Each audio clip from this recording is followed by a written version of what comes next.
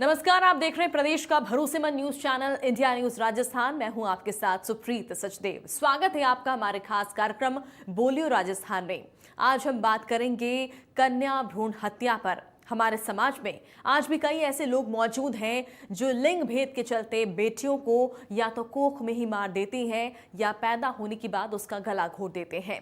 CT scan करवाकर गर्भ में भी लिंग परीक्षण करवाते हैं। पढ़े लिखे डॉक्टर कानूनी प्रावधानों के बाद भी इस कुकर्म को अंजाम देते हैं।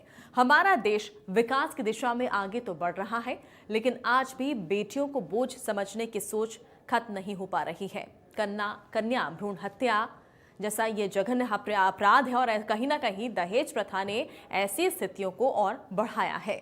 शिक्षित होने के बावजूद भी वंश बढ़ाने के नाम पर गर्भ में ही बेटियों को मार दिया जाता है।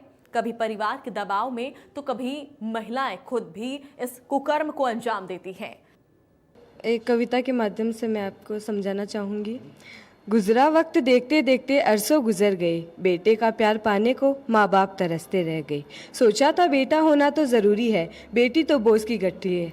जाने का मुँह है काला करा दे, सारे समाज से ताने सुना दे। बेटा नाम रोशन न करेगा, सारे सुख ऐसे आराम देगा। यही सब सोचकर मार डाला उस बेटी को गर्भ में, जो उड़ी भी नहीं थी इस परिवार रूपी नभ में।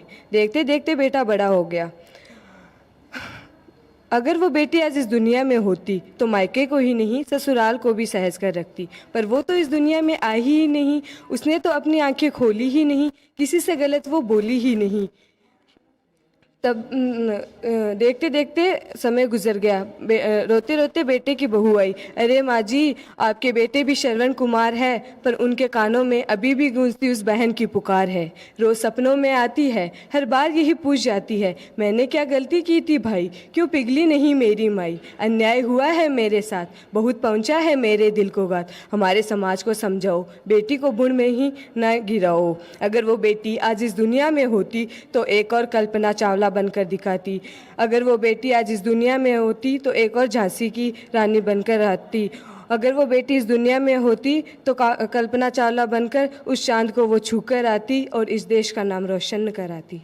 मैं ये कहना चाहूँगी कि दहेज प्रथा वास्तविक रूप में जो पढ़े लिखे लोग हैं और वर्तमान में शिक्षा का इतना प्रचलन है, उसके बावजूद भी दहेज प्रथा पढ़े लिखे लोगों ने ही शुरू की है। आज के ज़माने में भी लोगों की इच्छा ये है कि उनके लड़का ही हो, जबकि ऐसा नहीं है। आजकल लड़कियां भी आगे बढ़ रही हैं। इनफैक्ट लड़कियां ज़्यादा ख्याल रख रही है मायके का भी और ससुराल का भी। तो मेरे ख्याल से इक्वालिटी दोनों में होनी ही चाहिए और भ्रूण हत्या बिल्कुल नहीं करना चाहिए।